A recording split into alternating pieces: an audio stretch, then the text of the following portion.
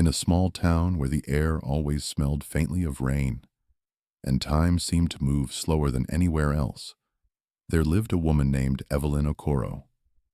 For 85 years, she had watched the world change from her window, watched generations grow, love, marry, and fade, while she remained exactly where she had always been, alone, and waiting for something she couldn't quite name. The people in town knew her as Miss Evelyn, the quiet woman in the faded blue dress who lived in the weathered house near the church. Children whispered stories about her, saying she had once been cursed never to love. Adults said she had simply chosen solitude. But no one really knew her story, not the way time had carved it, not the way regret had shaped her life like wind shapes a rock. Before we begin, tell me, where are you watching this story from? And make sure to subscribe, because your support truly means the world to me. Every morning, she would step out with her cane, feed the stray cats that waited by her porch, and sit beneath the jacaranda tree that bloomed purple once a year. It was a ritual, the only constant, in a world that kept forgetting her. Sometimes she'd hum old hymns. Sometimes she'd just stare at the horizon, her thoughts wandering to the days when she still believed in romance before life taught her otherwise. Evelyn had never married, never been kissed, never shared her bed, her heart, or her secrets with anyone. She had loved once when she was 20, a soldier named Samuel. They'd promised to marry when he returned from the war, but he never came back. A telegram, a folded flag, and silence were all that followed. After that, she locked her heart away. Years turned into decades. The faces around her changed, the laughter faded, and the house that once smelled of bread and lavender grew quiet. Evelyn became a story people told a whisper of what happens when love leaves and never returns.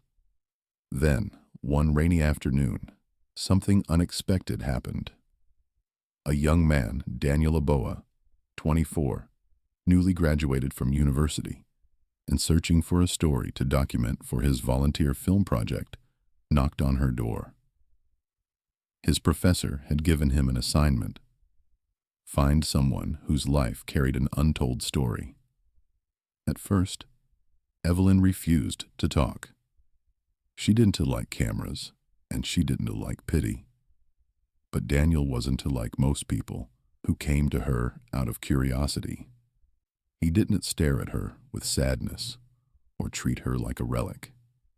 He simply said, "I want to understand what love looks like when it's never been returned." Something about that line caught her off guard. It was bold, almost intrusive, but honest. She studied him for a long moment, his wide, curious eyes, the awkward way he held his notebook, his voice too soft for his age. Against her better judgment, she invited him in. That single choice, letting him cross her doorstep, would change both of their lives forever. Inside, Daniel found a house frozen in time. Faded photographs lined the mantel, her parents, her younger self, in a floral dress, and a portrait of a soldier in uniform. The air smelled of dust and rose water. He set his recorder on the table and asked her gently if she'd tell her story. At first, she spoke hesitantly, small pieces, half memories, about growing up during the war, about her mother's strict rules, about the day she met Samuel by the river, and how his laughter made her feel like the world could be soft again. Her voice trembled as she spoke of the day he left for battle, how she had waited for letters that never came. Daniel didn't interrupt. He didn't push her. He just listened, really listened, as if every word she spoke mattered. It had been decades since anyone had done that.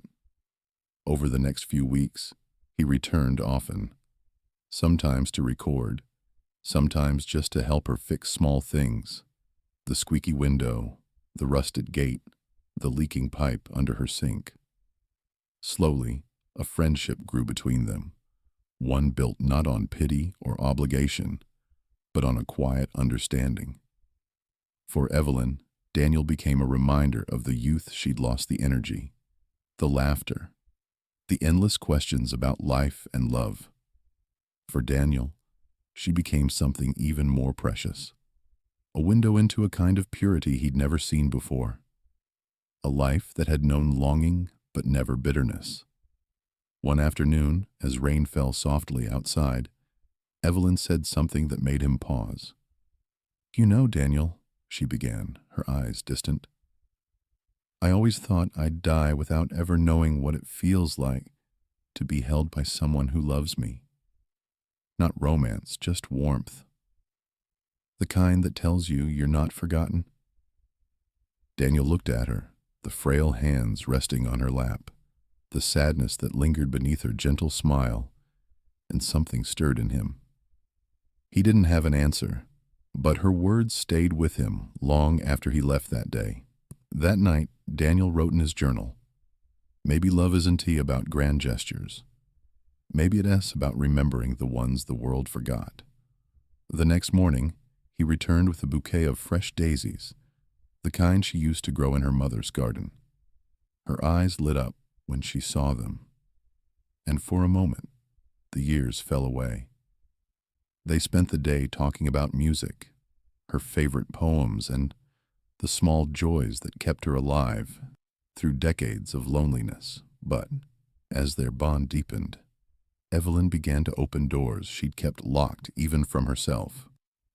One day, she asked Daniel, "Do you ever wonder what it's like to leave this world knowing you've never really lived?" He hesitated. "You've lived, Miss Evelyn."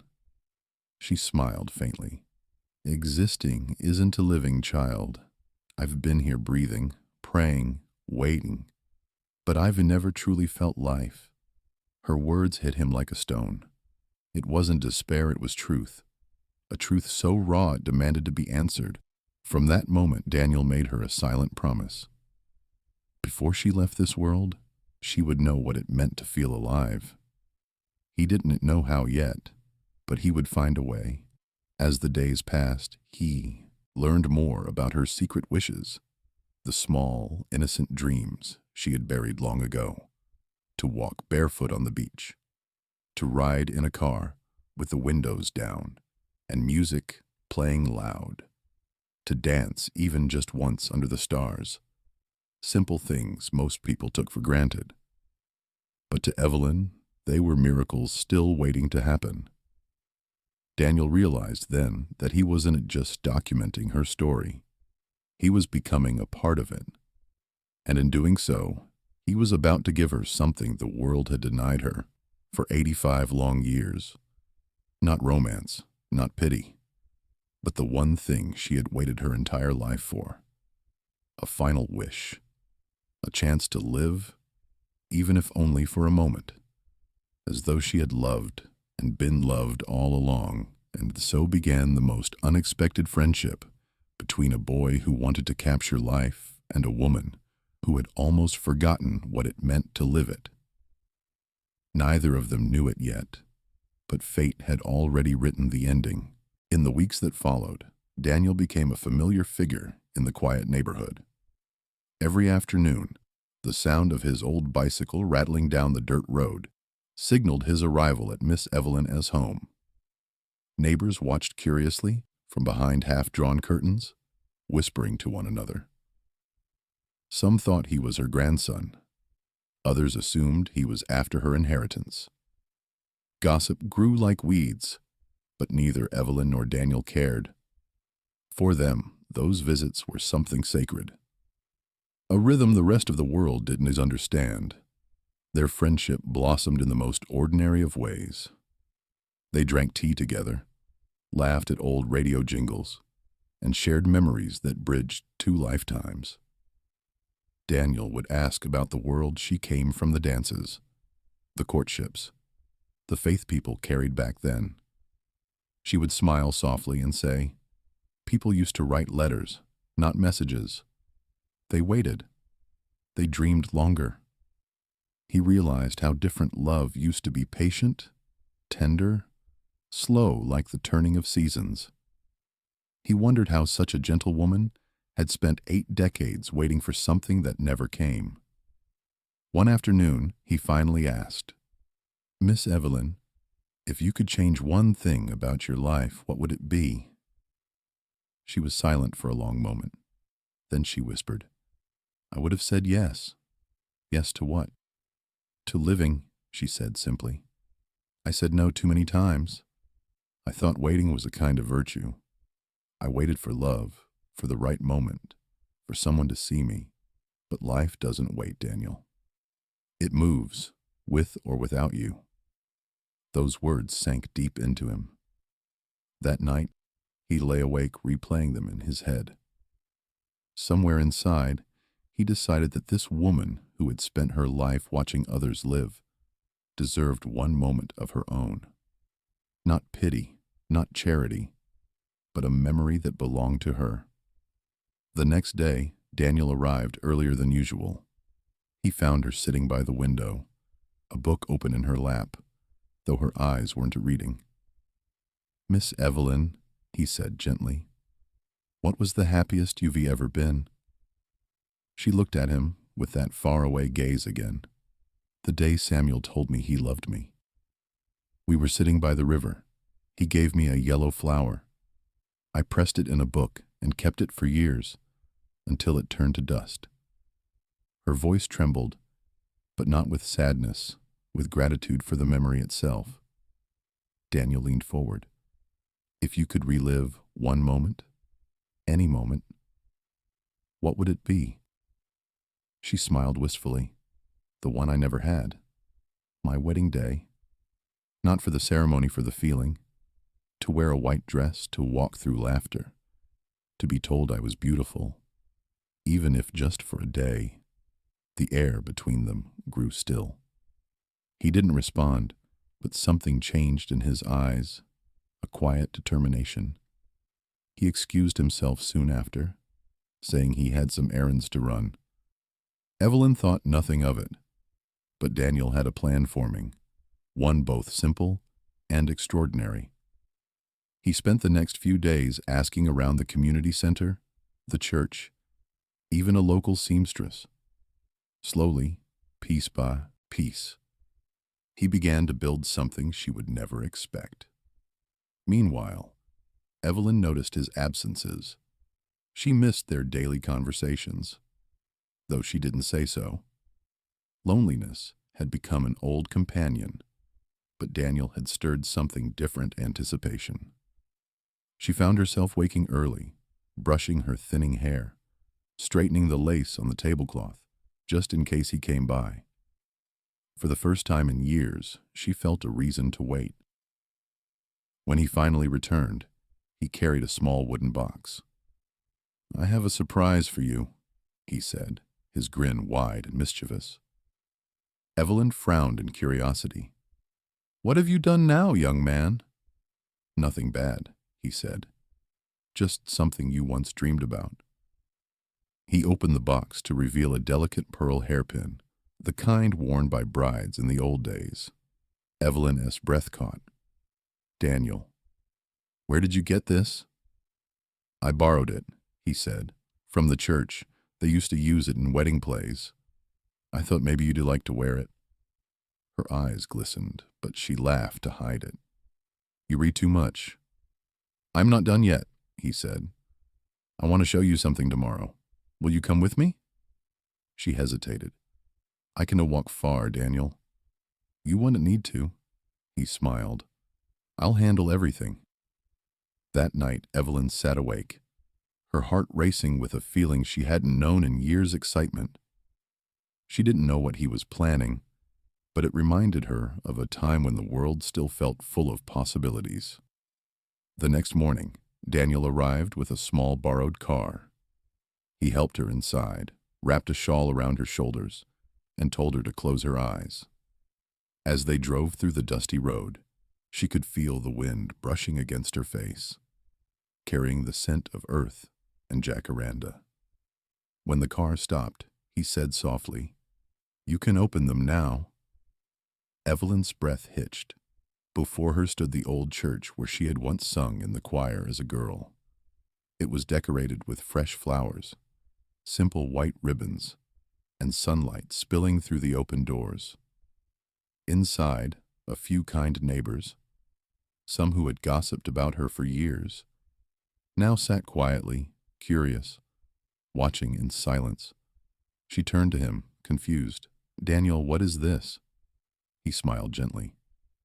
"You said you wanted to know what it felt like to walk down the aisle, to be seen, to be celebrated. You deserve that." Tears welled in her eyes. "Oh, Daniel, this is too much." He shook his head. "No, Miss Evelyn, it is not enough." He took her hand and led her slowly toward the aisle. She trembled, both from age and from emotion, but every step seemed to wash away a lifetime of solitude. The townspeople rose to their feet, clapping softly as the frail woman walked through the sunlight in her simple white dress. Daniel had found a vintage gown from the church's old wardrobe, mended it himself, and made sure she had a bouquet of daisies to hold. For those few moments, Evelyn wasn't the lonely old woman the world had forgotten. She was radiant, glowing, alive. At the altar, she turned to Daniel, tears streaming freely.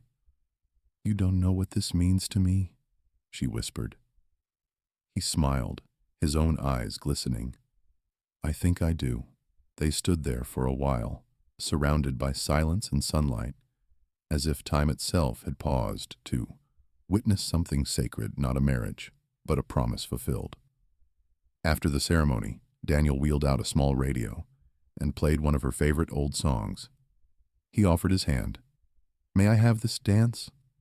Evelyn laughed through her tears. "At my age?" "At any age," he said. So they danced slowly, awkwardly, beautifully, in the middle of the church aisle, as neighbors watched with softened hearts. For the first time in 85 years, Evelyn felt what she had always dreamed of: the warmth of another's arms, the tenderness of being seen, the sweetness of being loved not romantically but wholly. Later, as the sun dipped low, Daniel walked her back to the car. "You gave me something today," she said quietly. "What is that?" "Proof," she smiled, "that love doesn't have to find you young to be real." He didn't reply. He didn't need to. The look they shared said everything. As the car drove away and the town's murmurs faded into the evening air, Evelyn held the bouquet close to her chest. For the first time in her life, she didn't feel forgotten. And though she didn't yet know it, Daniel's gesture had given her more than just a memory. He had given her a reason to let go of her past and the courage to face the end of her story with peace. Because her final wish was about to be fulfilled. After that day in the old church, something in Miss Evelyn began to change. Her laughter came easier. Her steps, though still slow, carried a quiet grace. It was as if the years had lifted slightly off her shoulders, replaced by a kind of peace only gratitude could bring. The townspeople, who once gossiped about her, now greeted her with smiles. Some even stopped by her house to bring her fruits, or just to listen to her stories. Daniel still visited her every day, but their conversations had shifted. They no longer talked about the past. They spoke about endings, about meaning, and about what it meant to leave something behind. One evening, as the orange glow of sunset filled the room, Evelyn said softly, "Daniel, there's something I need to tell you." He looked up from where he sat, fixing her radio. "What is it?" She hesitated for a long moment, her fingers tracing the edge of the teacup in front of her. "I want to be here for much longer." Daniel froze. "Dante say that." "It is the truth," she said gently. "My body is tired. I can feel it. But before I go, there's just one last thing I need to do." He leaned forward, eyes clouded with concern. "Tell me." "I want to see the sea," she said finally. Just once before I die." Daniel blinked, caught off guard. The nearest coast was over 200 miles away. For a woman her age and health, it was no small journey. But the way she said it softly, almost pleadingly, left no room for hesitation. "The sea," he repeated. She nodded. "When I was a child, I used to dream about it. My father promised to take me one day, but he passed before he could. I want to know what it feels like to stand before something so vast, so endless. Maybe then I'll understand what it means to let go." Daniel didn't promise her anything right then, but that night, as he sat alone in his small apartment, her words echoed through him. He knew what he had to do. The next morning, he made arrangements. It took every favor he could call in a borrowed van, a small oxygen tank, and a few friends to help him prepare. When he finally told her, Evelyn's eyes filled with tears. "You to do that for me, I'd do anything for you," he said quietly. The journey began before sunrise. Daniel helped her into the van, tucking a blanket around her frail shoulders. The road was long and bumpy, but she didn't complain. She watched the world roll by the fields, the villages, the children running barefoot through the morning mist. At times she would close her eyes and smile, as if trying to memorize everything. After hours of driving, the scent of salt filled the air. Gulls circled above, and then, finally, they reached the ocean. Evelyn gasped softly. Before her stretched an endless expanse of blue, shimmering under the afternoon sun. Waves crashed gently against the shore, their rhythm slow and eternal. For a long moment, she said nothing. Her hands trembled slightly as Daniel helped her out of the van and into a chair by the sand. "It's sea. Beautiful," she whispered. He nodded. "Just like I thought you to say." Tears welled in her eyes. "I never imagined it would feel like this. It's alive, Daniel. It's alive." He smiled, sitting beside her in the sand. "You made it, Miss Evelyn." She turned to him, her eyes glistening. "No," she said softly. "We made it." They sat there for a long time, listening to the sound of the waves and the cry of distant birds. For Evelyn, it felt as if the sea spoke a language she had always known but never heard, a song of beginnings and endings, of coming and going, of life flowing into itself. After a while, she said, "You've given me everything I ever wanted, Daniel. But there is something I must ask of you, my last wish." He looked at her, sensing the weight in her tone. "Anything." "When I'm gone," she said, "don't bury me in the churchyard. Take my ashes here to the sea. Let me go where the water never stops moving." He swallowed hard, fighting back the lump in his throat. "Don't he talk like that, please?" She smiled faintly. "It's all right, my boy. I am not afraid anymore." He wanted to tell her she had years left, that she'd see many more sunsets, but deep down he knew she wouldn't. Her body was frail, her breath shallow, yet her eyes, they were brighter than he'd ever seen them. They stayed by the shore until evening, watching the sun melt into the horizon. The sky turned gold, then crimson, then a soft purple. And in that fading light, Evelyn whispered, "I think I'm ready now." Those were words Daniel would remember for the rest of his life. A few weeks later, Miss Evelyn passed away peacefully in her sleep. The entire town mourned her. For days, people brought flowers, candles, and stories. Even those who had once judged her now spoke of her kindness, her strength, and the young man who gave her a second chance at joy. Daniel was quiet through it all. He didn't cry at the service. He simply held the small wooden box that carried her ashes and waited for the right day. It came on a Sunday morning, bright, windy, and full of the sound of distant church bells. He drove to the same beach, where they had watched the sunset together. Alone, he walked down to the water, the waves lapping gently at his feet. He opened the box and whispered, "You said you wanted to be where the water never stops moving, so here you are." As he released the ashes, the wind carried them into the sea. They shimmered in the sunlight, scattering like silver dust across the waves. For a moment, it felt as though the sea itself was welcoming her home. Daniel stood there, motionless, tears finally falling not from sorrow but from something deeper. Gratitude. He remembered her laughter, her stories, her fragile hands wrapped around his. He realized she had taught him more about life in a few months than most people learn in a lifetime. Later, as he sat on the sand watching the horizon, a child approached him, a little girl selling seashells. "Would you like one, sir?" she asked shyly. Daniel smiled and bought a small white shell. "Thank you," he said softly. When the girl ran off, he looked at the shell and whispered, "She would be like this." Then he placed it gently in the tide, letting the sea take it too.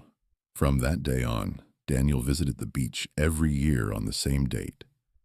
He never spoke to anyone about her again, but every time he stood before the waves, he felt her presence in the wind, in the light, in the endless rhythm of the ocean. Because love, he had learned, isn't about how long it lasts. It's about what it changes. Evelyn had lived 85 years waiting for life to begin. In her final days, she found it not in romance or youth, but in connection, compassion, and the courage of a 24-year-old man who simply chose to care. And through that act, both their stories became one. Even after she was gone, her wish lived on not as a memory, but as a reminder that it is never too late to feel alive, to forgive the years you lost, or to believe in kindness again. Because sometimes, fulfilling someone else's last wish can awaken your own reason to live. And Daniel, standing there by the sea, finally understood that. The world was vast, the tide unending. And in the hush between waves, he swore he heard her voice soft, eternal, and free.